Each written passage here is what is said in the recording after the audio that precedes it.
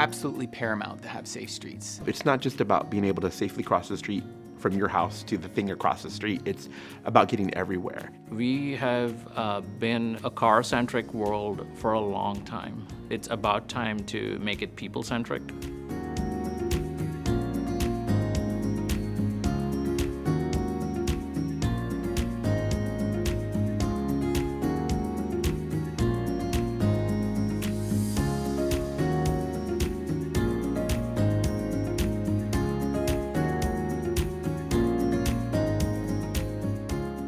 So Complete Streets as a movement has been formalized for on the order of 20 years.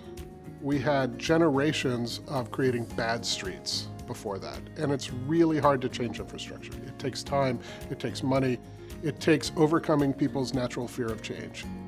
You learn how unsafe folks really feel walking out their door every day as you start to talk to people every day.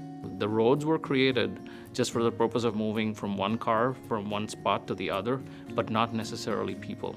As we think about Complete Streets, it reallocates road use, right? And for who, right? For most impacted people, for pedestrians, for people with disabilities, for people taking the bus, not just for cars. So many of our residents wanted a more vibrant and accessible community where they could walk and bike and really have greater access to many things that they've seen in other places in the country and around the world. What do we look for in a city itself to stay in the city?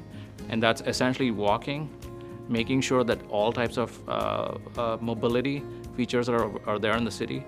The kids are actually able to commute to school either by biking or walking, and making sure that it's really safe. Unfortunately, over the last decade or so, Memphis has become the most dangerous city in the country for people using our streets. In our own state of Connecticut, sadly, in the last year, we had our highest rates of pedestrian and cyclist fatalities. We're doing great things for cars, but we're doing miserably when it comes to people on 2 feet and 2 wheels. It's really complicated because it's not about just crossing a street. It's about how do you get to that crossing, right? It's about why you're crossing the street. Are you trying to get to the convenience store because it's the only place to buy groceries in your whole neighborhood because you live in a food desert, and that gas station is the only place that you can actually go buy like a gallon of milk? So Complete Streets come from a need that is expressed from our community. It has to come from the local staff, the local engineers and planners who are there for the long term. It also has to come from their elected officials, and it's most effective when it's coming from their citizens as well. For me, Complete Streets have always been about the people most impacted, low-income people of color where I live in Albuquerque, being able to be at the table making the decisions, and that means they have to identify the problems, solutions authentically. When you create wider sidewalks and street trees and cycling lanes, and you engineer safety into the road design as opposed to relying on traffic signaling, it all works. And people will use the space the way that, in a human-centric rather than a car-centric way. Safety has always been a key element of the Complete Streets movement, but it's always been about more than just safety, right? If you just talk about safety, that's a defensive posture. For me, it's always been the elements of joy that a complete street brings to a place, the elements of economic vitality that Complete Streets can help bring to a place, and frankly, not just complete streets, but networks of complete streets where people understand that they have a real choice of how to get around their daily lives. You know, as a community, a nationwide community, right, we have a tendency to relabel old ideas, right?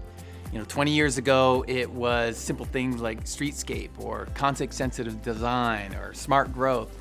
Now it's sustainability or resiliency. So you may be able to relabel Complete Streets down the road, but the reality is, no matter what you call it, we're still trying to embrace safety and better, healthy choices along our streets. The vision for Complete Streets in the communities I represent and Connecticut really is, I hope, an opportunity for someone to think as they go to work or they go to the grocery store or they go to pick up their kids, that they don't feel that a car is the only option. We want everyone to feel like they are proud of their neighborhood, they're proud of where they live, they feel healthy. More people will have the chance to choose a place where mobility is part of what brings them joy and not frustration.